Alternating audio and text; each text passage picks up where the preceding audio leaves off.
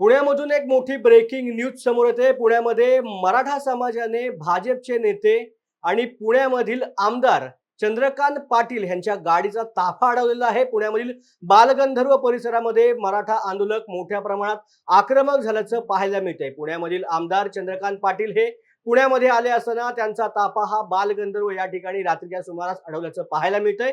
मनोज जरांगे पाटील यांचे समर्थक म्हणजेच मराठा बांधव आणि पोलीस यांच्यामध्ये देखील मोठ्या प्रमाणात बाचाबाची झाल्याचं देखील यावेळेला पाहायला मिळालं। मराठ्यांना कुणबी समाजामधून आरक्षण द्या या मागणीसाठी मनोज जरांगे पाटील हे आता आमरण उपोषणाला बसलेत। आज त्यांचा तिसरा दिवस आहे आणि तिसऱ्या दिवशी त्यांची तब्येत खालावली आहे। त्याच अनुषंगाने पुण्यामध्ये सकाळपासूनच मराठा आंदोलक आक्रमक झाल्याचं पाहायला मिळत होतं आणि त्यांनी सरकारला देखील इशारा दिला होता की मराठा समाज जर रस्त्यावरती उतरला तर सरकारला झेपवणार नाही आणि त्याच पद्धतीचं चित्र आता पुण्यामध्ये पाहायला मिळतंय। पुण्यामध्ये चंद्रकांत पाटील यांचा ताफा आता अडवल्याचं चित्र पाहायला मिळतं आणि पोलिसांमध्ये देखील बाचाबाची झाल्याचं पाहायला मिळतंय।